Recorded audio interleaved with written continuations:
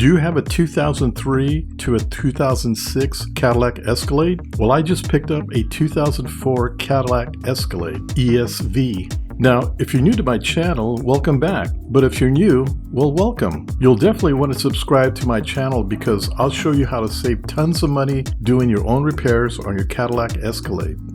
But before we get started, please don't forget to like and subscribe, and don't forget to hit that bell. Believe it or not, this really helps me to continue making these repair videos.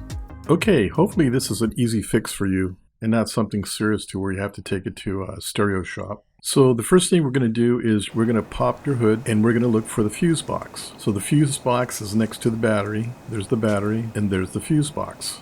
Now what we're going to do is we're going to remove the lid. You can take it off with your hand. There's a clip right here. Just slightly pull up and it'll unsnap. Go ahead and set the lid aside. Now that we have the lid removed, we can look into the fuse box. So just stand next to the fender there and you're looking down into the fuse box. Okay, if you look on the very bottom on the right hand side in the corner there, you're going to see a green fuse right where the red arrow's at. That's a 30 amp fuse. This is the fuse to your amp or your amplifier. If you notice your radio lights are on and it looks normal but not getting any sound, chances being your amp fuse is out. This is the fuse you want to pull and make sure it's not blown. Now if you notice that none of your lights on your radio are on and you're not getting any sound, that could be you have a blown fuse on your radio. Now your radio fuse is right above the other fuse. It's the one where the red arrow's at. That is your radio fuse. It's a blue fuse and it's 15 amps.